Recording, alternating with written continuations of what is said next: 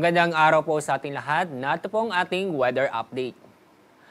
Ngayong araw, asahan po ang maaliwas sa panahon sa Luzon, kung saan makakaranas po tayo ng bahagyang maulap hanggang sa maulap ang kalangitan. Pero may tsansa pa rin po ng mga isolated na mga pagulan dahil sa thunderstorm. Dito sa Metro Manila, mataas ang temperatura may tatala ngayong araw na aabot ng 34 degrees Celsius. Dako tayo sa Visayas at Mindanao. Inyo makikita, maliwalas sa panahon ang inaasahan po natin sa Visayas at ganoon din po sa Mindanao. Kung saan makakaranas din ng bahagyang maulap hanggang sa maulap ang kalangitan. Pero may isolated na mga pagulan tayong inaasahan sa bandang hapon o gabi.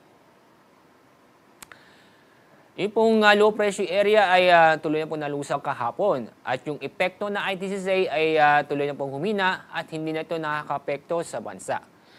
Easterlist po ang nakaka-apekto sa ating bansa kaya ngayong araw ay makakaasa po tayo ng maliwalas ang panahon.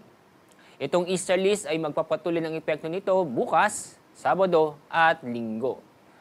Sa mga tatanong kung may inaasahan po tayong low pressure area o bagyo sa susunod na 3 araw, sa nakita namin, wala po tayong inaasahan na low pressure area o bagyo sa Dagat Pasipiko na maaaring makaapekto sa ating bansa.